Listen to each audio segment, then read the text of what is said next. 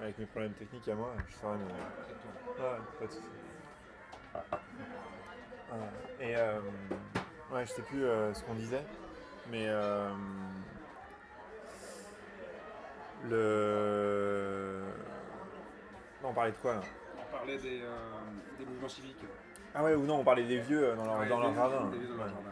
Ouais. Mais ouais, nous plusieurs fois, on nous a proposé depuis le début de la catastrophe, quand on était avec nos fixeurs, que ce soit des pêches, des pommes, des haricots, les gens cultivaient eux-mêmes dans leur jardin. Et donc effectivement, tu as un peu de réticence quand tu quand t'as ça, quoi. Mais on n'était pas, voilà, on n'était pas flippés à ce point-là, quoi. Il n'y a qu'un endroit à dater où on faisait un sujet sur justement la santé alimentaire et tout ça, et le fait que les gens ils n'étaient pas forcément informés exactement, donc il y avait des mesures qui avaient été faites dans leur champ, mais il n'y avait pas forcément de retour du gouvernement pour leur dire leur champ à quel niveau il est, ou est-ce qu'il y a un problème ou est-ce qu'il n'y a pas de problème. Et là on nous avait proposé des haricots qu'on n'a pas mangés. Ah, quand même. Ouais. Mais c'est peut-être parce que je suis moins fan des haricots que des pêches de Fukushima. D'accord. Parce que les pêches de Fukushima c'est vraiment super bon. Enfin, c'était vraiment une région qui était connue pour ça. Donc, Merci,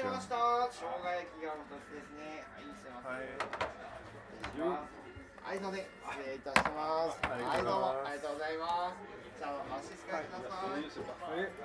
Comment on dit merci? Arigato gozaimasu. Arigato. Gozaimasu. Arigato godaimasu. Gozaimasu. Arigato godaimasu. On n'est pas très grillé, mais on fera avec. Parce qu'à Tokyo, par contre, on est très très loin là de Fukushima. Les gens, ils... Non, je sais pas. Ah ouais. Mais il y a toujours un petit peu un... Enfin, à tous les Japonais, forcément, ça leur parle, hein. Fukushima, tu vas dans les jeux... Enfin, je sais pas si faut que tu lises la presse anglaise ici, enfin, en gros, les traductions de journaux japonais en anglais. Donc tu as le Japan Times, le Daily Yomiuri, tout ça. Okay. Et là-dedans, tu vois déjà que sur les articles Japon, encore aujourd'hui, tu as... Enfin, je sais pas, la moitié ça traite de Fukushima ou du tsunami, alors qu'on est quand même 1 an et demi après, tu vois. Enfin, bon, en ce moment, tu as les problèmes avec la Corée du Nord, tu as d'autres problèmes qui surgissent en termes d'actu. Ah ok, donc c'est quand même dans l'actualité, ok. Je ne pouvais pas mesurer ça. Et je pense que dans les journaux japonais, c'est encore plus fort, parce que de base, les pages internationales dans la presse japonaise, elles sont extrêmement réduites. Globalement, ils ne s'intéressent pas trop au reste du monde, quoi. Et là, avec cette catastrophe, ça a été encore pire, quoi. Finalement, pendant 1 an... Ouais. En même temps, il y avait quand même, un peu avant et en même temps et après, il y a eu le printemps arabe, toute l'affaire en Libye, Tunisie, puis Syrie maintenant. Et on en parlait à peine. Alors qu'en France, forcément, la proximité fait qu'on en parlait plus. Mais... Ça a fait la une tous les jours.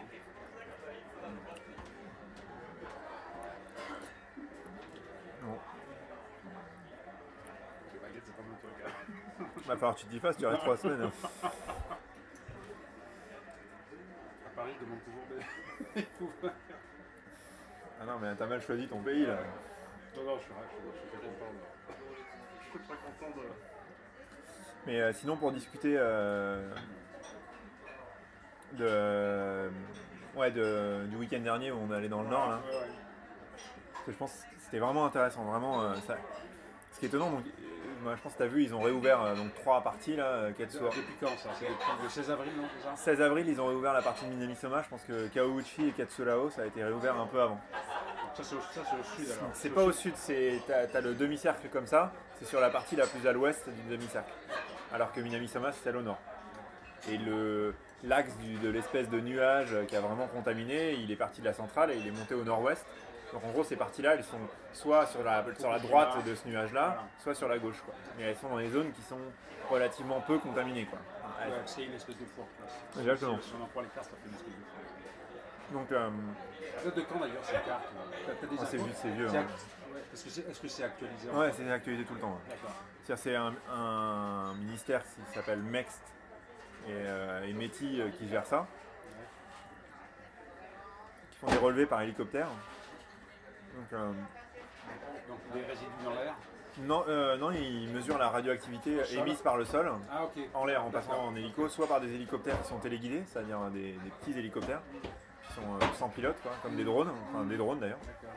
soit des vrais hélicoptères. Donc, ouais, c'est comme de l'imagerie médicale, quoi. C'est de la résonance. Non, je sais pas exactement comment ça marche, mais bon, on va dire ça. Et après, visiblement, nous, ce qu'on a pu voir sur le terrain, c'est que entre les mesures faites par hélicoptère et les mesures faites par des hommes sur le terrain, c'est-à-dire en mesurant avec un appareil de mesure à 1 mètre du sol, souvent les mesures par hélicoptère, elles sont plus discriminantes, quoi. Elles vont avoir tendance à faire ressortir des niveaux plus élevés. D'accord. Voilà. Je ne saurais pas dire pourquoi. Parce qu'au début, moi je me disais, bon, mesure par hélico, ça doit pas être précis. Alors c'est vrai que c'est pas très précis, mais en gros ils prennent beaucoup de marge pour être sûr de ne pas avoir. Et c'est en fonction de ces mesures par hélicoptère qui vont décider des zones qui vont d'exclusion, de réouverture. Et de réouverture. Voilà. Donc, mais ce qui réouvre aujourd'hui, ça peut être appelé à être refermé demain parce qu'ils vont s'apercevoir qu'une concentration tout à coup. Non. Non. Non, parce qu'ils le savent déjà en fait. C'est-à-dire que le niveau. Alors peut-être qu'il y ait des reconcentrations, ouais. C'est possible. C'est-à-dire. Parce que là, il y a encore des émissions. Il y a encore des émissions. C'est ça que je non, il y a eu un article du Monde, je sais pas si tu l'as lu là-dessus, qui parlait justement de fortes. Alors nous, quand on discute avec. On a discuté avec il y a tellement d'informations, des spécialistes là-dessus et qui nous disaient non, aujourd'hui, c'est. Enfin, il n'y a pas ou peu ou vraiment pas beaucoup de réémission de nouvelles particules dans l'air. Par exemple, il y a eu un. Tu veux que je demande une fourchette là parce que je suis un peu désolé pour toi là. Mais bon, tu peux manger avec les doigts, ça me choque pas.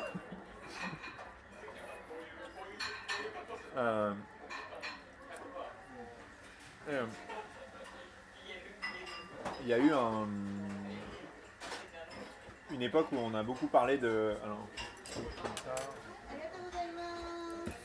de remontée de radioactivité sur le site de Fukushima. Je pense que tu as dû voir ça. Ouais. Alors l'argument, en gros, nous on en a discuté avec des spécialistes qui disaient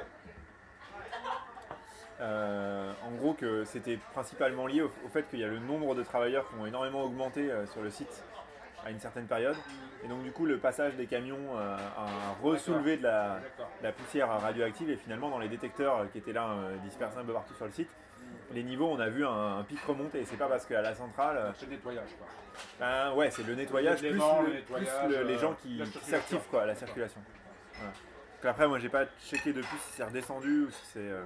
voilà mais en tout cas c'était une explication plausible. Donc, a priori, puisque la situation est stable, le gouvernement autorise la réouverture de zones. C'est un peu ça. En gros, l'idée, c'est de dire voilà, aujourd'hui, c'est pas qu'elle est plus dangereuse, mais elle est beaucoup moins dangereuse. C'est que c'est plus une situation de crise telle que c'était il y a 1 an. Pour eux, il n'y a pas de risque. Par exemple, on parle beaucoup de la piscine du réacteur numéro 4. Alors, pour TEPCO et le gouvernement, il n'y a pas de risque que même s'il y a un séisme de magnitude 9, non, pas 6, mais... Parce qu'apparemment, les infos que j'ai, ça ne résisterait pas à un séisme de niveau 6. Moi, j'arrive pas à comprendre ça parce que d'un côté, en gros, juste après l'accident, que ce soit le gros séisme, et il y a eu énormément de répliques de magnitude assez élevée, quoi. Donc, et la piscine, elle a finalement résisté à ces répliques-là. Et visiblement aussi, ce qui aurait dégradé la piscine, ce ne serait pas le séisme de magnitude 9, ce serait l'explosion d'hydrogène qui a eu lieu dans le bâtiment. Et TEPCO se défend aujourd'hui en disant cette piscine elle a été renforcée et aujourd'hui finalement elle serait même presque plus solide que ce qu'elle était avant, quoi. Enfin, en gros quoi. Donc bon, moi je sais pas, voilà. C'est dur de faire son propre avis sur la question, savoir si effectivement ça présente encore un danger. Plusieurs avis, ça, voilà, mais c'est vraiment difficile dans cette crise depuis le début d'avoir un avis mixé entre. C'est pas des pro-nucléaires, mais des gens qui vont sous-estimer le problème et des gens qui vont surestimer ou liés à l'émotion, liés au fait que. Il ne faut pas avoir une approche rationnelle sur la crise, quoi. Et ce que je comprends, parce qu'effectivement, quand tu habites à côté, quand tu es engagé, quand machin, tu n'as pas forcément une approche complètement rationnelle. Et on n'a jamais une approche rationnelle, enfin, on a toujours une subjectivité, quoi. On n'est jamais objectif, surtout sur un sujet aussi compliqué, quoi. Où les données elles sont fournies par quelqu'un en qui tu fais plus confiance finalement. Donc comment voilà. Si pars du principe qu'aujourd'hui tu fais plus confiance à TEPCO, comme toutes les informations viennent d'eux, comment tu peux te faire un avis quoi. Ouais. Moi, ça, c'est justement une des raisons d'être des mouvements civiques qui disent que puisqu'on n'a pas de source fiable, on va se doter de machines Oui. qui, elles, de toute façon, sont totalement neutres, donc elles ne peuvent pas nous baratiner et on va monter dans nos propres systèmes de mesure, en fait. Ça répond à la problématique des aliments, mais ça répond pas à la problématique de qu'est-ce qui se passe à la centrale. Quoi. C'est-à-dire qu'ils le prennent en bout de chaîne. Ben, là où ils peuvent traiter exactement. l'information. Ils n'ont pas aujourd'hui. Je pense que ce à part les observateurs de l'AIEA, il n'y a, voilà, personne d'indépendant entre guillemets voilà, c'est ça. qui a accès à la centrale. Quoi. Donc, et c'est pas le responsable d'un mouvement citoyen qui, en allant visiter la centrale, pourra se faire un avis sur savoir qu'est-ce qui est dangereux, qu'est-ce qui n'est pas dangereux. Pour ça, parce qu'il n'a pas le niveau. Même il faudrait qu'il puisse mettre en place des mesures. Oui, ben. Mais aujourd'hui, les mesures. Enfin, j'ai pas le.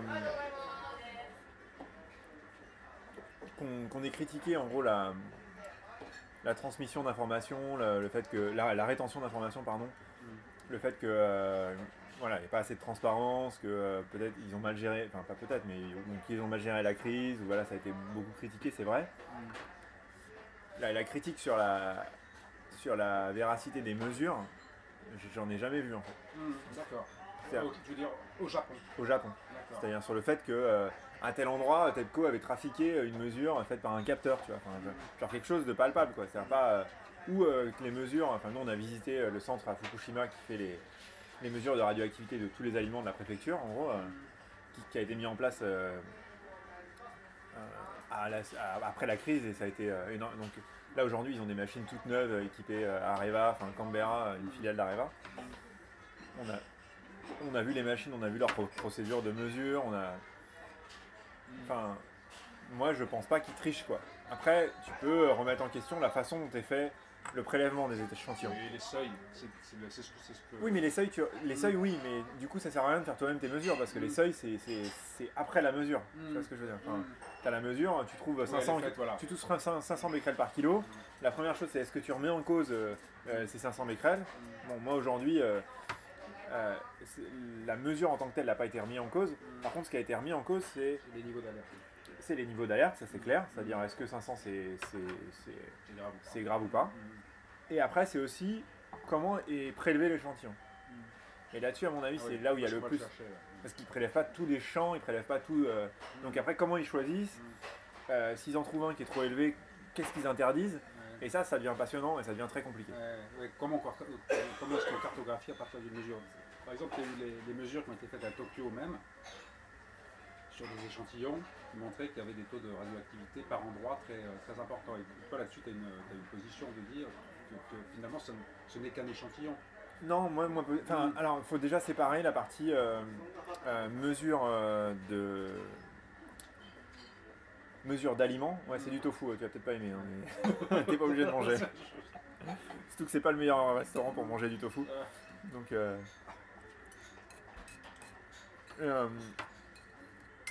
il faut un petit temps d'adaptation à la cuisine japonaise, qui est très très bonne, mais. Non, ça va Mais, pour Tokyo. Oui, donc faut vraiment séparer la partie mesure d'échantillons d'aliments et mesure de radioactivité à un endroit particulier. Moi, sur Tokyo, ce que je critiquais, c'était vraiment la recherche du hotspot. Quoi. Parce que pour moi, ça n'a pas de sens. Les gens qui se battent pour essayer de voir quel est le niveau maxi qu'ils vont réussir à trouver à Tokyo sous une gouttière, pour moi, ça n'a pas de sens scientifique. Ah d'accord, et pour toi c'est une compétition un peu malsaine? Non, j'irai pas jusque là parce que en gros c'est juste t'as un peu ah ça y est, moi j'ai trouvé 3 microsieverts par heure sous une gouttière avec de la mousse après de la pluie à Tokyo quoi. Donc potentiellement c'est dangereux de vivre à Tokyo. Les gens ils le prennent comme ça quoi. Donc quand un Français va lire l'article, il va se dire ah ouais non mais même à Tokyo c'est dangereux donc du coup je vais pas y aller en vacances quoi. Enfin typiquement. Et t'as vraiment eu ces raisonnements là. Enfin, t'as vraiment eu des gens en France qui ont dit non mais c'est criminel que des familles restent avec des enfants à Tokyo. Alors que, à mon sens, à moi, c'est complètement. Enfin, moi, je suis pas d'accord avec ça. Parce que on dort pas sous une gouttière, parce qu'effectivement, c'est une zone qui a concentré la radioactivité, donc peut-être qu'il faut la décontaminer, il faut enlever le béton, il faut enlever la gouttière, voilà, ok. Mais c'est pas pour ça que c'est dangereux d'être à Tokyo. Toi, t'es là, t'es venu, tu vois bien. Bon, t'as peut-être un dosimètre avec toi, balade-toi, mesure la radioactivité. Je suis venu sur dosimètre. Mais Le dosimètre, il est là. C'est ça le dosimètre. non, mais bon, c'est un bon dosimètre. Mais voilà, donc bon, voilà, c'est mon point de vue en tout cas sur les hotspots à Tokyo, qui n'a rien à voir avec les hotspots que tu peux avoir à côté de Fukushima, où là il peut y avoir des vrais problèmes parce que les hotspots ne sont pas localisés au point d'une gouttière, mais vraiment d'une zone, quoi. Donc c'est du pas coup, des micro-hotspots, voilà, c'est ça. des macro-hotspots. Donc tu as des micro-hotspots. Nous on a filmé à Itate un hotspot qui était à plus de 100 microsieverts par heure. Itate, c'est un peu le bout du nuage rouge qu'on peut voir sur les cartes de radioactivité. Si tu veux. Donc en gros, la zone de radioactivité forte, elle va bien sûr de la centrale. Elle traverse Futaba, Namie, donc c'est les deux premières villes qui sont les plus proches, à 3 et 5-7 km en gros. Et Namie, c'est très long comme commune, en gros, ça va dans les montagnes, donc toute cette zone-là, elle est vraiment très contaminée. Et après, ça continue vers. Ça touche un bout de Kawamata, puis après Itate, et ça finit par Date. Donc c'est toutes ces communes-là qui ont été principalement touchées par la radioactivité. Donc, et la commune qui a été le plus touchée de loin, c'est Namie finalement. Parce que tout le centre-ville est vraiment dans l'axe du nuage. Donc cette commune-là, avant qu'elle réouvre, à mon avis, il se passera du temps, quoi. Toi, tu y es allé là-bas? Ouais. On y allait à 3 reprises. Une fois à la fin avril, à la fin mars, pardon. Donc 2 semaines après l'accident. Là, on était flippés, on avait peur et tout ça. Et on y est retourné après en avril, et on y est retourné après en décembre avec un travailleur de la centrale qui nous a emmenés là-bas pour faire des images. Et donc, oui, pour revenir à cette réouverture de la zone interdite au nord, là, de Minamisoma. En gros, Minamisoma, c'est un rassemblement de plusieurs villes. Donc il y a Aramachi, il y en a d'autres dont j'ai oublié le nom, et il y a Odaka, qui est la ville qui était dans la zone des 20 km. Et c'est cette commune-là de Odaka qui a réouverte. Alors, la raison pour laquelle elle a réouverte, c'est bon. Et premièrement, les niveaux étaient relativement faibles. Donc il y a des endroits où c'est assez élevé, mais la plupart des endroits où les gens habitaient, c'est relativement bas. Alors relativement bas, ce serait de l'ordre inférieur à 0,4 microsieverts par heure. Je sais pas si ça parlera à des gens, mais bon, moi ça me parle à peu près maintenant. Mais... Donc inférieur à 3 à 4 millisieverts par an. Donc voilà. Et cette zone, elle a surtout réouverte parce qu'en gros, il y a eu une grosse pression du maire. Donc le maire de Minamisoma, qui est quelqu'un d'assez connu maintenant, surtout au Japon. Enfin, il faisait la couverture des magazines. Il a fait énormément de lobbying auprès des différents premiers ministres, que ce soit Kan ou Noda, pour essayer de pousser à revitaliser sa ville de Minamisoma, et donc d'Odaka aussi. Lui, il est originaire d'Odaka, donc sa maison à lui, elle est dans la zone interdite. C'est un fan de chevaux, et des chevaux des samouraïs pour son festival. Ils sont dans Odaka, qui est dans la zone interdite. Donc lui, son discours, c'est de dire il faut qu'on réouvre cette partie de la zone, pas pour que les gens aillent y vivre à nouveau tout de suite, mais pour que ça puisse permettre de recréer les infrastructures qui ont été détruites par le tsunami et le tremblement de terre. Ouais, les services publics. Ouais. Les services publics, que les entreprises puissent progressivement se réinstaller, qu'on démarre la décontamination, et que progressivement les gens puissent aller à nouveau réellement revivre dans cette zone-là. Il dit qu'il faut un premier pas en fait, enfin, c'est son argument. Donc qui j'imagine sera critiqué par des gens qui disent que c'est pas normal d'avoir aujourd'hui la possibilité d'emmener des enfants dans une zone qui est potentiellement à 10 km de la centrale, quoi. Nous on a suivi une famille donc, qui est réfugiée de Odaka, qui a perdu sa maison, enfin la maison elle est en état parfaitement, tout va bien et tout, et donc elle a dû quitter la zone quelques jours après le tsunami, enfin même le lendemain, après la catastrophe de Fukushima. Et donc là, elle y est retournée plusieurs fois sans les enfants, et 2 fois avec les enfants, dont une fois avec nous. Et on est aussi allé dans la maison des grands-parents, qui est leur maison familiale, qui a été complètement rasée par le tsunami, donc il ne reste plus que les fondations. On a photographié les enfants, la famille, qui nous montraient en gros où le père habitait là quand il était jeune, donc voilà. Et c'était assez touchant et finalement c'était quand même à 11 km de la centrale. Donc on se dit aujourd'hui, il y a des mômes de 9 ans qui peuvent aller jouer à 11 km de la centrale. Ah, c'est la photo que j'ai vue sur Facebook, le petit garçon. Là, non, le garçon qui, voit qui fait de la corde à sauter que tu as vu sur Facebook. Soit dit en passant, elle est magnifique cette image. Ouais, bon, là, elle est prise dans son camp de réfugiés. On voit les baraquements un peu, je sais pas si tu vois. Donc ça, c'est pris à Minamisoma, à 22 km de la centrale. Eux, ils sont de l'autre côté de l'ancienne. Non, vraiment, ils sont dans Minamisoma. Là, c'est là où ils habitent aujourd'hui. Donc là, c'est une zone qui est pas, où il y a très peu de radioactivité. Ça doit être 0,1 microsievert par an, donc c'est très bas. C'est pratiquement comme à Tokyo. Enfin non, Tokyo, c'est un peu plus bas. Non, c'est plus élevé qu'à Tokyo, mais bon, quand même, c'est relativement bas. Et non, eux, après, on a fait énormément d'images, je pourrais t'en envoyer, de eux dans la zone. On va voir que les enfants, pour eux, c'est vraiment... c'est quelque chose de voir deux mômes qui retrouvent leur chambre où tu as tous les jouets et qui sont à fond parce qu'en gros, ils n'ont pas vu leurs jouets depuis 1 an et demi, quoi. C'est des mômes de 9... le garçon, il a 9 ans, la fille, elle a 11 ans. C'est touchant, quoi. Au-delà de la catastrophe, on peut être... on peut être pour ou contre le nucléaire, on peut être... pour ou contre de dire c'est encore très très... que sur la façon de gérer la crise, on peut être, avoir des avis là-dessus. Par contre, sur le côté humain, on ne peut pas ne pas être touché par ça. C'est des gens qui n'ont pas de perspective, quoi. Finalement, dans le nord-est de la partie de tsunami, les gens, ils ont perdu leur maison. Aujourd'hui, ils se posent la question de où ils vont reconstruire, où ils sont déjà partis. Mais ils ont potentiellement un schéma de pensée qui va leur dire, dans 2 ans, dans 3 ans, je vais être où, quoi. Ces gens-là, finalement, ils ne savent pas, quoi. C'est le retour. Voilà. Et donc, ça, c'est... C'est trop long ou t'as peur que ça sature Non, c'est juste le niveau. La batterie. Ah, la batterie. Okay. Et voilà. Donc en gros, alors, ce qui a énormément choqué, ce qui nous a pas énormément choqué, mais ce qui nous a interpellé quand on est allé dans la zone là à nouveau. Donc déjà, c'est premièrement que ça n'a pas changé depuis 1 an et pour de vrai, vraiment. Ce qu'il faut voir, c'est que quand il y a eu la catastrophe, les gens sont partis. Toute la partie déblayage des débris, recherche des objets, recherche des corps, elle a eu lieu plus ou moins à moitié pendant un certain temps. Après, il y a eu l'armée qui est venue, qui a en gros cherché dans les débris pendant un bon mois pour chercher les corps, quoi, pour voir, parce qu'il faut voir qu'il y a eu beaucoup de morts dans ces zones-là aussi, proches de la centrale. Pour Odaka, par exemple, c'est 148 morts, je crois, à peu près, recensés.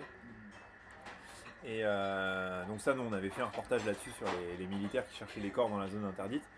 Et depuis, il n'y a rien eu. En gros, depuis, tu viens, tu vas dans le nord, tu n'as plus que des fondations. En gros, toutes les maisons, elles ont été arrachées. Il y a des grignoteuses, des pelleteuses qui sont venues enlever tous les débris. Tu n'as plus que les pelleteuses et aujourd'hui, tu n'as plus que les fondations, pardon. Et aujourd'hui, ils traitent les débris. Dans la zone rouge, en gros, tu as toutes les maisons qui sont encore là, qui ont été balayées par le tsunami. Tu vois encore tu vois le niveau de l'eau où il est arrivé, c'est toujours le chaos. Et tu n'as pas de solution pour les débris. Aujourd'hui, personne ne veut des débris, quoi. C'est non seulement on ne veut pas des débris de la décontamination, mais on a encore moins... c'est pareil, on ne veut pas des débris du tsunami. Donc toutes ces maisons, tous ces quartiers qui ont été entièrement ravagés... Il n'y avait pas eu à un moment donné une solution qui était autant politique que technique, qui était de répartir les débris dans différentes préfectures. Dans différentes préfectures. Si. C'est en cours, ça, ou pas? Ça a été demandé, en gros. Ça a été demandé que les autres préfectures, en gros, prennent une partie du fardeau, finalement. Et la seule qui a accepté, c'est celle de Tokyo. Parce qu'en soi, la préfecture de Tokyo, elle se sent un petit peu responsable de l'accident, vu qu'en gros, TEPCO, c'est l'électricité pour Tokyo. Donc c'est normal que ce soit cette préfecture-là qui récupère une partie des ennuis. Après, les autres préfectures... Kyoto, je crois aussi. Peut-être Kyoto, ouais. Mais Kyoto. Pour moi, il y avait... c'est comme ça qu'ils ont relevé, ils ont fait des relevés radioactifs. Pour moi, Kyoto, ils ont accepté de prendre des déchets du tsunami. Parce qu'au début, personne ne voulait même des déchets du tsunami, quoi. Et ils n'ont pas accepté de prendre les déchets de la préfecture de Fukushima. Parce que pour moi, quand tu vas à Minamisoma, tu vas sur le bord de mer, tu vois les montagnes de déchets qui sont là. Et nous, on a fait un sujet là-dessus, où en gros, une entreprise de déchets t'explique que ces déchets, ils ne savent pas quoi en faire, quoi. Personne n'en veut, quoi. C'est là. Voilà, c'est là, ça reste là. Même si les niveaux de radioactivité, eux, ce qu'ils te disent, c'est pas très élevé, quoi. Voilà, mais pas très élevé, ça veut dire quoi Qu'est-ce que t'en fais? Est-ce que tu les brûles? Si tu les brûles, est-ce que ça concentre la radioactivité? Ça va dans... il y a plein de problèmes induits. Et apparemment, il serait plus sur les la enterrer. solution de l'enfouissement. Alors, est-ce que tu es au courant de ça là, ça fait partie du train d'information là, qui est arrivé jusqu'à moi, d'un accord qui sera en cours, qui serait peut-être même passé avec le nucléaire militaire. pour que la zone serve d'entrepôt pour les déchets. Mais quelle zone? Là, Fukushima, donc il y aurait une zone qui serait cette fois-ci entièrement Mais autour, gelée, ouais, voilà, autour de la centrale. autour de la centrale, ouais. Voilà, Ouais. et qui servirait aussi bien à récolter les déchets du nucléaire civil que du nucléaire militaire, y compris d'ailleurs des accords seraient passés avec le nucléaire américain. D'accord, parce que j'imagine que ce serait pas le nucléaire militaire japonais. Hein. Américain. Donc t'es au courant de ça ou pas? Sur la partie nucléaire militaire, non. Ouais. Après, sur le fait que. Là, il y aurait un gros enjeu là-dessus parce qu'il y aurait évidemment des gros contrats là, qui sont en train de se négocier. Peut-être même négocier, ça faudrait que je réécoute c'est remarqué sur le site. Hein, Non, c'est assez intéressant. Ça, c'est un gros sujet, ça. Bah, ce qui est. Parce que ça voudrait dire quoi? Ça voudrait dire que là, on a une zone qui deviendrait une espèce de zone dédiée, un peu comme en Inde, tu sais, le cimetière des bateaux. Là, on aurait le cimetière des déchets. Voilà. On aurait gelé cette zone-là pour Bah, en soi, dans les centrales de. Enfin, même en France, dans les centrales où on enfouit les déchets, c'est la même chose. Quoi. Enfin, en gros, bon, peut-être que la centrale est plus petite parce que c'est pas une zone entière. La problématique est la même chez nous. Mais la problématique est la même. La problématique du déchet, et en soi, ça semble. Enfin, rationnellement parlant, ça semble malheureusement assez logique de choisir cette zone-là plutôt qu'une autre. Quoi. On va pas en prendre une qui est pas radioactive pour mettre des tonnes de déchets radioactifs qui viendraient de cette zone-là. Enfin, donc moi, ça me choque pas. Après, je comprends que les gens de Futaba, en l'occurrence, parce que c'est eux qui sont concernés vraiment, ben voilà, eux ils sacrifient leur ville quoi. Enfin, ça veut dire que plus personne. C'est le problème de la catastrophe, on en avait parlé il me semble, sur le nom de la catastrophe, c'est toi qui le disais, mais enfin bon voilà, c'est sur le fait que tout le monde parle de Fukushima en parlant de même du tsunami, on dit Fukushima alors que c'est pas du tout. Ça a touché principalement la préfecture de Miyagi, mais personne connaît Miyagi quoi. Discuter avec les gens, ils savent même pas ce que c'est Kishinomaki alors que c'est la ville qui a été la plus touchée, et finalement Fukushima tout le monde connaît. Donc, et c'est un drame pour les gens qui sont de la préfecture, qui viennent même pas de zones contaminées ou qui viennent même pas de. Et qui finalement sont associés à cette catastrophe. Stigmatisés. Ouais, exactement. On avait essayé de faire un sujet là-dessus sur la discrimination liée au nom. C'est très intéressant. Après, on a eu beaucoup de mal finalement. C'est-à-dire, alors est-ce que c'est les gens qui veulent pas parler? Est-ce que c'est. On a eu énormément de mal à palper réellement. Quand on va sur le terrain, on en parle. Il y a 2 citations prises sur internet et que là qu'on arrive à dire qu'il a écrit un article et dire qu'il y a. Mais vraiment aller sur le terrain, demander aux gens est-ce que vous avez subi des discriminations ça, non. Quand vous prenez le train, quand vous allez au restaurant, quand vous allez en voiture avec votre plaque d'immatriculation, quand vous cherchez. Quand vous êtes là, jeune de 20 ans, et que vous voulez sortir avec une fille et elle vous demande d'où vous venez et vous dites Fukushima, est-ce que la fille elle part en courant quoi. Moi j'avais vu ça, mais j'essaie de retrouver la source. J'ai souvenir d'avoir vu ça à propos de voyages scolaires. Et il y avait des enfants de Fukushima qui partaient donc, à l'extérieur de Fukushima de la préfecture et qui n'avaient pas pu faire tout leur programme parce qu'ils venaient de Fukushima. Donc il y avait, je crois, des lieux qui avaient refusé de les accueillir pour cette raison. C'était peu de temps après la catastrophe. Mais si la source existe encore, je la retrouverai. Mais à la limite, ouais, avec plaisir. C'était dans le cadre scolaire en fait. Peu de temps après la catastrophe, c'est dramatique parce qu'en soi c'est complètement basé sur rien. C'est-à-dire, les gamins ils sont pas radioactifs quoi. Enfin, c'est juste débile de raisonner comme ça. Mais bon, au même titre qu'il y a eu des raisonnements débiles à propos du sida en France à l'époque où on avait peur de toucher un sidéen. Voilà, c'est très très proche de ça. Donc on ne peut pas critiquer complètement les Japonais parce qu'on a fait la même chose et je pense que ce serait arrivé en France. Enfin moi. Ma copine par exemple quand on est rentré, il y a une voisine de ses parents qui lui a dit non mais surtout tu t'approches pas de ta nièce parce que sinon tu vas la contaminer. Bon, donc on se dit bon c'est pas qu'ici que les gens ils sont un peu voilà. Ça c'est les mentalités. Ça se travaille. Non mais c'est un manque de connaissances en gros. C'est-à-dire en gros faut éduquer les gens à quelque chose qu'ils connaissent pas finalement. C'est la radioactivité, comment ça fonctionne et les gens ils savent pas et au Japon non plus donc finalement par principe de précaution ils préfèrent dire non mais tu m'approches pas quoi. D'ailleurs c'est un des enjeux, l'éducation par rapport au nucléaire, y compris dans ces accidents, mais pas que. Enfin, je veux dire, mais je pense que là le travail il a quand même été bien fait. Bien fait. Je sais pas s'il a été bien fait parce que bon, mais en tout cas on sent que ça a énormément baissé cette problématique de discrimination. Par contre je pense que là où elle va peut-être perdurer, c'est plus sur la partie enfant, c'est-à-dire il y en a beaucoup de gens qui disent non mais ma fille elle pourra pas avoir d'enfant. Sous-entendu si elle a des enfants il risque d'avoir des problèmes et donc il n'y a aucun homme au Japon qui acceptera de marier ma fille quoi. D'accord. ou inversement pour mon garçon, quoi. Ouais. Et donc du coup, Si je lui dis que je suis de Fukushima. exactement. Et comme, et comme a priori au Japon ils mentent pas trop, mais bon ça c'est encore à discuter, mais donc voilà. Et il y a le fait, enfin moi on m'a dit, je sais pas si c'est vrai, j'ai pas vérifié, mais on m'a dit qu'il y avait des gens qui cherchaient à, par exemple, changer leur, Leur lieu de résidence. leur lieu de résidence, c'est sûr, mais plutôt leur lieu de naissance ou leur lieu de pour pas qu'il y ait marqué Fukushima quelque part sur leur papier, parce qu'en gros ils ont peur que vraiment ça les desserve pour trouver un boulot, je pense surtout pour créer une vie familiale, quoi. Vraiment, ce dont ils ont peur, c'est la transmission de génération. C'est qu'ils ont vu les images des enfants déformés à Tchernobyl, parce que voilà, ils ont vu, elles existent, c'est vrai. Voilà. Après, aujourd'hui, on ne sait pas à quel point ça va toucher, si ça touchera de façon si importante les futurs enfants de Fukushima, j'espère Normalement, pas. il y a dû y avoir les premières naissances. Là. Je veux dire, la catastrophe a eu lieu il y a plus d'un an maintenant. Bah, les gens, ils ont l'impression qu'en gros, les bébés déformés, ils sont arrivés 20 ans après. C'est pas vrai. Hein. Enfin, les bébés déformés à Tchernobyl, pour moi, hein, de ce que j'en sais, peut-être j'ai une bêtise, mais pour moi, ils sont arrivés. En gros, c'est des naissances, c'est des ovulations qui ont eu lieu pendant la catastrophe. C'est ça qui a créé les dégénérescences dans les ovules ou dans les spermatozoïdes. Enfin, je crois que c'est dans les ovules qui ont fait qu'au final, il y a eu des enfants énormément déformés. Quoi. Voilà. C'est dramatique et enfin, les images, elles sont poignantes, quoi. Voilà. Et effectivement, normalement, on devrait voir aujourd'hui, si tel était le cas, de ce type d'enfant à Fukushima, quoi. Et ils n'y arriveront pas dans 20 ans, quoi. Enfin, j'ai pas l'impression. Par contre, ce qui est possible, effectivement, c'est que ce qu'on risque de voir, c'est d'ici 4-5 ans, les cancers de la thyroïde qui vont augmenter. Ça, a priori, ça risque d'arriver, quoi. Au moins un petit peu. Voilà. Mettre le curseur, savoir si c'est beaucoup hein, ou pas du tout, c'est dur de dire, mais voilà, en tout cas. Mais bon, voilà, ce qui est sûr, c'est que cette discrimination, elle risque quand même de perdurer à ce niveau-là, quoi. J'ai peur.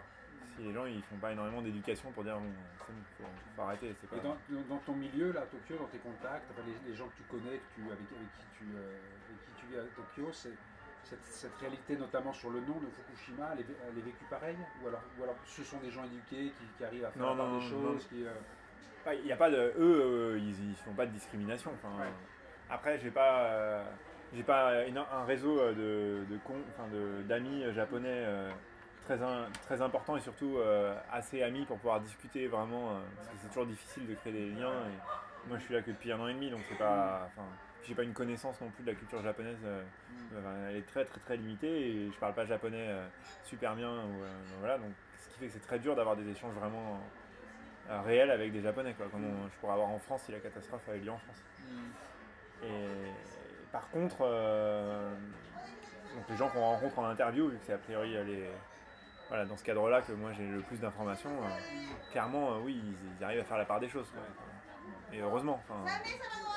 Le problème aussi, c'est que ce qu'on lit dans la presse, je suis bien passé pour le savoir, même si. Parce qu'on fait des sujets, on écrit des articles et donc voilà. Tu es producteur. Voilà. Mais on a tendance en tant que journaliste à mettre la lumière sur des faits qui représentent pas forcément une moyenne, quoi. Parce que la moyenne, ça nivelle les effets. Donc nous, ce qui nous intéresse, c'est faire ressortir des choses, quoi. Donc c'est ce que tu disais, c'est toi, tu vas aller voir quelqu'un de Nagano qui fait une démarche citoyenne parce que c'est cette personne-là que t'intéresse. Tu vas pas aller voir les personnes qui le font pas, quoi. Alors qu'il y en a plus qui le font pas que de gens qui le font. Mais tu vois, le journaliste c'est ça malheureusement. Et donc du coup on a tendance à faire ressortir des faits qui sont pas forcément représentatifs d'une majorité ou d'une tendance générale. Et là-dessus il faut être prudent en fait. Il faut être prudent sur la façon dont on analyse. Oui, c'est-à-dire qu'à chaque fois il faut mettre en regard les deux choses. Il faut être capable quand même de la cerner cette tendance. Et de dire ce qui s'en dégage et puis effectivement mettre en valeur ou faire des focus sur des initiatives un peu exceptionnelles. Mais c'est un vrai problème dans cette crise de ça, que finalement, par exemple, les gens qui ont accès à la parole, les gens qui ont accès à... C'est finalement les gens engagés, quoi. Quelqu'un qui n'est pas engagé, il va pas vouloir parler, les médias vont pas s'intéresser à lui. Donc les gens qui parlent, c'est soit des gens pour, soit des gens contre. Et finalement, c'est très difficile de trouver des gens qui sont... rationnel, quoi. Il suffirait peut-être de faire un sujet à Shinagawa Station de faire un peu comme tu as fait avec ta caméra, tu te mets au milieu, de demander, peut-être il se passerait rien. Ouais, mais là-dessus, moi, le problème du micro-trottoir, oui, on en a fait, mais le problème du micro-trottoir, hein, là c'est un autre débat sur le journalisme, mais le problème du micro-trottoir, c'est qu'après tu les choisis tes micro-trottoirs. Ouais. Ah oui, au montage. Bah oui, et donc du coup, qu'est-ce que tu choisis quoi? Le gars qui te dit, non, moi j'ai pas de problème, ça me dérange pas, bon bah voilà, tu vas le dire une fois dans ton sujet, puis après tu vas mettre quelqu'un qui va dire ah non, machin, et puis t'auras fait thèse, antithèse et synthèse quoi, enfin, pour être. Et finalement, c'est biaisé aussi, enfin, ça marche pas quoi. Faut que c'est une valeur, il faudrait pas que ce soit un sondage quoi. Sondage, ouais. Exactement, le seul moyen, ce serait de faire un sondage. Et ça, c'est pas le rôle du journaliste que de faire ça. Enfin, mais est-ce qu'il existe des sondages? Il y en a eu, c'est-à-dire les sondages, savoir si les Japonais étaient pour ou contre le nucléaire, pour la sortie du nucléaire, il y en a eu. Et ça a énormément changé entre avant et après la catastrophe. Et pour moi, aujourd'hui, ils sont plutôt contre. C'est-à-dire, d'accord. Globalement, ils sont plutôt contre. Et c'est aussi pour ça qu'il y a énormément de. Le fait que les réacteurs redémarrent pas aujourd'hui, c'est parce qu'il y a des mouvements des gens qui se soulèvent dans les localement pour faire en sorte que les réacteurs ne redémarrent pas. Quoi. Donc c'est bien des. Voilà, c'est bien preuve de ça. Moi j'ai été frappé en arrivant à l'aéroport de Narita. Donc juste avant le panneau bienvenue, donc il y a bienvenue au Japon. Ouais. Bienvenue au Japon. Juste avant, tu as je pense que c'est une publicité, mais en fait c'est pas une publicité, c'est le format d'un grand bandeau publicitaire. On voit une vue panoramique de la skyline de Tokyo. D'accord. Et il y a le message, c'est est-ce que vous pensez que cette ville arrive à faire 30% d'économie d'énergie? De quoi oui, c'est possible.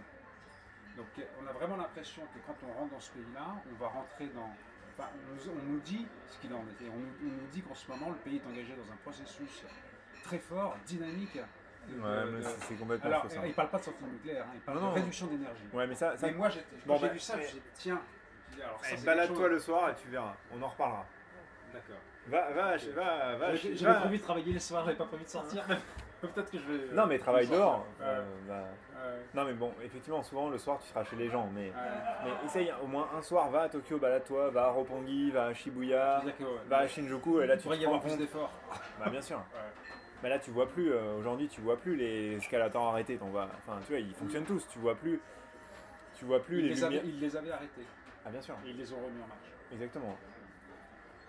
Enfin je sais plus parce que Marie elle a écrit un article là-dessus, donc on avait fait des recherches sur la quantité le pourcentage de réduction de consommation d'électricité liée à cette économie des gens. Ouais, mais 30% c'est faux. 30% c'est le message quand tu arrives Ouais, mais c'est faux. 30% ça voudrait dire aujourd'hui, 30% c'était le nucléaire. Ouais. Donc 30% de réduction d'énergie, c'est en gros, hop, on s'est passé du nucléaire parce qu'on a réduit 30%.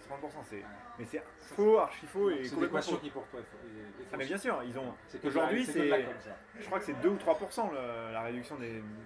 30% c'était peut-être pendant le pic l'été, ils n'ont pas changé le panneau quoi. Enfin voilà, c'est peut-être ça. Pendant le pic de chaleur l'été dernier, quand vraiment il y avait un problème, peut-être que l'effort a été fait. Parce que faut savoir que l'été, il y avait déjà une campagne qui s'appelle le Cool Bees et le Warm Bees en hiver, qui est des choses qui existent depuis plus de 7 ans je crois, au Japon. Où en gros, on a sensibilisé pour la réduction de consommation d'énergie l'été, de sensibiliser les gens à essayer de mettre un peu moins de clim, quoi, par exemple. Allumer moins la lumière, ce genre de choses pour qu'en gros la consommation d'énergie l'été elle soit plus basse et donc on allume moins les centrales au fuel pour, j'imagine, améliorer la balance économique japonaise, quoi. Et puis même d'un point de vue écologique c'est intéressant pour le CO2, pour Kyoto, tout ça. Pour n'importe quel point de vue. Pour tout, vaut mieux consommer moins d'énergie. Voilà. Mais ça existait déjà avant. Chaque été, ils réduisaient de 20% la consommation d'énergie. Donc voilà, ils sont peut-être passés l'été dernier de 20 à 30, donc ils ont fait 10% de plus. C'est un message finalement opportuniste et c'est de la communication. Bien sûr. D'accord. Mais bien sûr, comme nous, les journalistes ici ont énormément communiqué là-dessus. Comme ils ont communiqué juste après la catastrophe, comme quoi Tokyo c'était une ville morte, que tout s'était arrêté, et c'était complètement faux. Voilà, c'était complètement faux. Donc voilà, moi je. Il y a peut-être des gens qui te donneront un autre point de vue un peu. C'est assez étonnant parce que par exemple on en a parlé avec quelqu'un de l'ambassade, je ne donnerai pas son nom, mais on en a parlé avec lui qui nous disait. Il critiquait un papier fait dans La Croix. Nous on travaille pour La Croix, mais La Croix il y a aussi d'autres gens que nous qui écrivons dedans, qui citait une famille de Sendai qui en gros était la famille modèle qui faisait énormément d'économies d'énergie, qui avait réussi à réduire peut-être plus que 30%. Voilà, donc c'était bien. Et du coup, quand on lit ce papier-là de la France, on se dit waouh, mais tous les Japonais ils sont parfaits, ils ont tous fait. Mais il y en a un quoi. Enfin, bon, le journaliste l'a trouvé, c'est très bien, mais ça marche par l'exemple aussi. Enfin, c'est l'exemplarité en fait là. Oui, et puis en gros c'est l'exemple pour montrer une tendance. Mais c'est pas pour ça que c'est général. Et que après quand on fait le point, qu'on discute avec les analystes qui travaillent sur l'énergie au Japon, ils te disent non, aujourd'hui l'ordre de grandeur voilà, c'est 3%. Quoi, voilà. Et c'est pas 30 quoi. Donc après bon. Après on peut voir, des fois de temps en temps on voit des écarts. On se dit ben voilà, dans le tunnel de Shinagawa que tu as appris tout à l'heure, par exemple le soir il n'y a pas de lumière, il y a juste les télés quoi. Donc on se dit ouais avant il y avait des néons partout. Donc, bon là ils ont fait un effort, voilà, ils l'ont pas changé, ça y est toujours. J'ai pas repéré les télés. Bah, les télés sont allumées en fait, à tous les écrans de publicité qui sont allumés. Exact, ouais. Donc en France on serait dit bon on va éteindre la publicité, on va laisser la lumière. Non, eux ils ont laissé la pub, ils ont éteint la lumière. Bon, c'est leur choix, c'est le capitalisme qui veut ça. Mais voilà, c'est... Ouais, donc c'est pas optimiste pour la suite alors, parce que si, ça veut dire que la situation est intenable. Bah, et intenable oui ou non, aujourd'hui il n'y a plus de réacteurs, ça fonctionne. Après le problème c'est que ça fonctionne combien de temps? C'est-à-dire que combien de temps ils vont accepter de payer plus cher l'électricité en la faisant produire, ou en l'achetant Bah ils peuvent pas l'acheter au Japon a priori vu qu'il n'y a pas de câble qui sort de la mer, donc ils la produisent forcément. Par contre effectivement ils font venir du charbon et du fuel et du gaz, et ils ont construit une nouvelle centrale, alors je sais plus si c'est au gaz ou enfin ils ont construit rapidement des petites centrales pour pouvoir produire l'électricité, et surtout ils ont relancé les anciennes centrales. Voilà. Après quand on aura oublié, enfin pas oublié, mais quand on aura mis un peu de côté la problématique nucléaire et que le CO2 reviendra, voilà, on se posera à nouveau des choix. Quoi. Déjà, on était tout fiers il y a 2 ans avant Fukushima de dire qu'en France on était un pays où l'électricité était pratiquement 0 CO2 ou 70 grammes par kilowattheure contre 900 pour du charbon quoi, et on pointait du doigt l'Allemagne en disant que c'était des pseudos écolos parce que eux en gros ils avaient une électricité crade. Aujourd'hui on est presque content du fait que l'Allemagne elle abandonne le nucléaire. Quoi. Donc voilà, il y a, à mon avis, dans quelques années, dans 1, 2 ans, 3 ans, quand ça se sera un peu tassé tout ça, à tort ou à raison, la problématique du CO2 reviendra et voilà. C'est-à-dire que le nucléaire, enfin la filière nucléaire, elle génère des problèmes qui sont aussi d'un autre ordre. Enfin, c'est notamment le problème des déchets. Ah, bien sûr, bien sûr. Alors les rejets, les pollutions sont graves, quelle que soit la source en fait. Ah, mais ce qu'il y a, c'est après, c'est qu'il y a vraiment des spécificités qui sont notamment liées aux déchets, qui sont pour lesquelles on n'a pas de solution en fait. Aujourd'hui, sauf à condamner des zones en fait. Hein, les enfouir, à faire de l'enfouissement, à condamner les zones. Ouais, ou fort enfouissement. Voilà,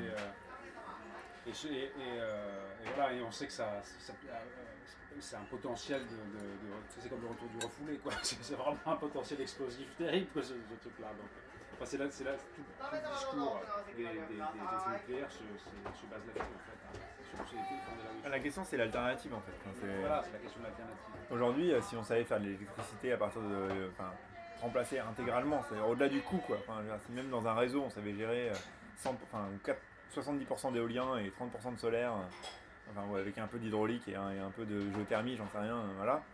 Si on savait gérer ça dans un réseau, c'est-à-dire se passer du fuel, du charbon et du nucléaire, on le ferait quoi. Enfin, c'est pas on le ferait parce qu'on n'aurait pas l'argent de le faire, mais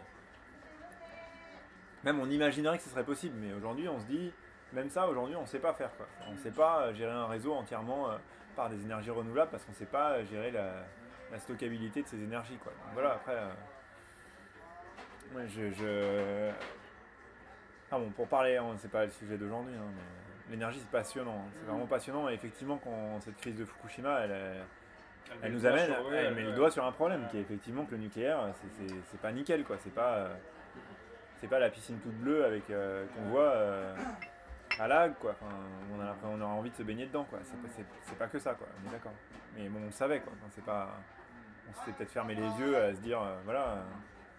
Mais...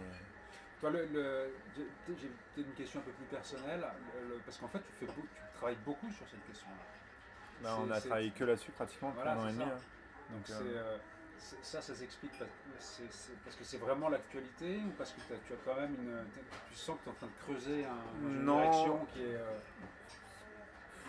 Bah, y a- Parce que bon, le- en le- gros, nous on est arrivé pour faire Un simple. journaliste, en gros, il a quand même le choix de ses sujets, on va dire. Hein. Ouais, mais bon, t'as le choix de tes sujets. Nous on est freelance, donc en Ouais. gros, nous Ouais.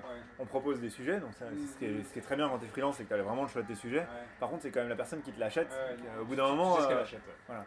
On a fait des sujets plusieurs fois où en gros on s'est dit bon, le sujet, on pense qu'il est vraiment très bon, on va aller le faire même si on n'a pas eu d'accord. Bon, il se trouve que en gros, 4 fois sur 5 ça a marché, une fois sur 5 tu reviens, t'as ton sujet, personne en veut. Ouais. Ça t'a coûté, faut voir ce que ça coûte la vie ici et ce que Ouais. coûte nous on parle pas japonais donc il faut un traducteur, tout ça, donc au bout d'un moment tu deviens un peu plus frileux. Les frais de production, ouais. Voilà, nous on produit tous nos sujets, donc voilà, on est une société, c'est pas on a un salaire tous les mois et on a la liberté de faire ce qu'on veut, quoi. C'est pas. Et après, clairement, pendant un an, tout le monde voulait entendre parler que de ça. Enfin, aujourd'hui, c'est différent. On a passé le premier anniversaire. Les gens, ils veulent. C'est pas qu'ils veulent plus en entendre parler, mais ça s'est clairement calmé, quoi. Et bon, en plus là, enfin, je veux dire, aujourd'hui, on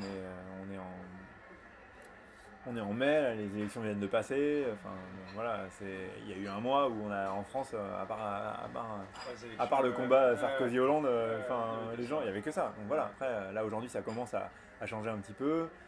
L'engagement de Hollande vis-à-vis de la réduction de la quantité de nucléaire dans l'électricité française amène aussi à se poser à nouveau la question du nucléaire. Voilà. Donc ça va revenir un petit peu sur la table, mais non, clairement. Non, nous, non, on est clairement, on a été amené à s'intéresser à ce sujet-là du fait que en gros, la France était intéressée par ça. Enfin, après c'était quand même, enfin, pour les journalistes étrangers au Japon ou même japonais, c'était quand même, c'est une année qui a été complètement différente des autres années en termes de type de métier, quoi. Avant, le journaliste au Japon, c'était un journaliste de dossier qui devait connaître très bien ses dossiers, très bon en économie, très bon en yakuza, très bon en otaku et en robot, quoi. Et là, en un an, il a fallu qu'il se transforme, même pas en un an, en 2 jours, en reporter, grand reporter, aller affronter le nucléaire et la crise, dormir dans sa voiture. Et au final, il y a plein de gens qui n'ont pas supporté ça. Enfin, c'était pas ce type de. C'était la première fois que Moi, j'avais jamais fait ce genre de crise et clairement, ça a été. Tu t'es retrouvé en tenue blanche. Bon, on l'a fait des fois, mais après, pas souvent, parce que c'est pareil. Enfin, oui, on l'a fait quand on allait dans la zone 15 jours après, mais on n'était pas non plus en extraterrestre, enfin, en scaphandrier anti-radiation. Mais au-delà de ça, c'était égoïstement parlant une période passionnante pour le journaliste. C'est-à-dire, en gros, on pouvait faire au Japon du journaliste de terrain.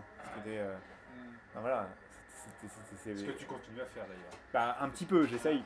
On fait le plus qu'on peut parce que moi, c'est ce qui m'intéresse. Enfin, moi, rester à Tokyo et en plus, je suis photographe et caméraman. Je suis pas journaliste à la base, donc je travaille avec une journaliste et pour moi personnellement, si je reste à Tokyo, je vais pas me prendre moi-même en photo, quoi. Enfin, je veux dire, faut que j'aille sur le terrain, faut que je vois des gens, faut que voilà. Donc après, voilà, et ça a été une grande liberté pour nous, c'est-à-dire que alors que les frais étaient très chers, comme les gens voulaient les sujets, on avait l'opportunité de pouvoir aller sur place. Et ça, c'était génial, quoi. Enfin, donc ça, et même aujourd'hui, on arrive encore à se débrouiller en vendant, en allant sur le terrain, en vendant plusieurs sujets à différentes personnes, à produire le truc pour qu'on puisse aller sur le terrain. Alors que si tu travailles que pour une personne, aller à Fukushima. Une fois de temps en temps, quoi. Et même aller à Fukushima, ça coûte 1500 €, quoi, l'aller-retour entre le fixeur. Enfin, j'exagère peut-être, mais. Si, ça doit pas être loin de ça, quoi. 1300 €, quoi. Donc, bon, bah, qui c'est qui va accepter de payer 1300 € de frais pour un article où le journaliste va être payé 250 €, quoi. Enfin, voilà. C'est ça. Voilà, en radio, je pense que c'est pareil. Économiquement, c'est pas viable. Bah, en France, c'est sûr que c'est plus facile de faire du journalisme en Afrique, ou. Pas plus facile, d'un point de vue financier, quoi. Voilà, après. Non, mais c'est. Mais là, pour revenir à la ouverture de la zone qui a été complètement occultée dans les médias en France, personne n'en a parlé, mais vraiment personne, ça a énormément attristé les gens sur place finalement. Parce que même dans les médias japonais, ça a fait une brève dans Kyodo, et puis ça a fait un reportage à la télé. Comment tu l'analyses ça? Bah, je sais pas, pour la France, c'est clairement que les gens, c'est pas tombé au bon moment. Les gens, ils n'ont pas perçu la gravité, l'importance de la chose. C'est quand même une zone qui est fermée depuis un an, de 20 km. On vous dit elle sera fermée pendant très longtemps et finalement, clac, elle réouvre, quoi. Et puis elle réouvre pas que dans les zones. Elle réouvre par ville. Elle réouvre par zone de radioactivité. Il y a des zones qui atteignent 50 millisieverts par an qui ont été réouvertes, quoi, où les gens ils peuvent y aller. Ils ont juste pas le droit de dormir. Mais ça veut dire quoi, pas le droit de dormir? Ils peuvent y aller à n'importe quelle heure. Nous, on y allait à 2h du matin, personne nous a empêchés, quoi. Enfin, donc tu peux venir, tu peux te mettre dans ta maison, tu peux y vivre. Bon, si jamais à 2h du matin il y a la lumière allumée, peut-être qu'il y a un policier qui va venir taper à ta porte pour te dire qu'est-ce que tu fais là, mais je suis sûr qu'il ne te poussera même pas à partir. Donc voilà, là, c'est quand même quelque chose, quoi. Enfin, c'est pas rien, quoi. En gros, pendant toute une année, on a augmenté les zones d'évacuation avec des gens qui disaient il faut évacuer encore plus loin, il faut évacuer encore plus loin, et là on réouvre des zones où on dit aux gens vous pouvez revenir. C'est étonnant que les gens ils en parlent pas, quoi. Enfin, moi je trouve ça bizarre, quoi. Et après avoir une zone qui est restée bloquée pendant 1 an et demi, aujourd'hui elle réouvre et on y a accès visuellement, c'est passionnant, quoi. Voilà, ce qui s'y passe c'est passionnant. On voit des choses qu'on a vues il y a 1 an, on les revoit aujourd'hui, alors que la catastrophe elle paraît loin, et on voit des problématiques qui n'existaient pas ailleurs, quoi. Voilà. Donc ça c'est très intéressant. Voilà. Non. Et visuellement, encore une fois, moi, je te conseille d'y aller vraiment. Ouais, on regarde une carte ensemble. On regardera sur Google Maps après, ou t'as un ordi là? Ouais, j'ai un ordi, on peut regarder. Peut-être que je vais. Bon, tu peux le couper là parce que 50 minutes, je pense que. Ouais, c'est bien, non, c'est parfait. Bon, bah, on va passer à la lecture des cartes. Hein.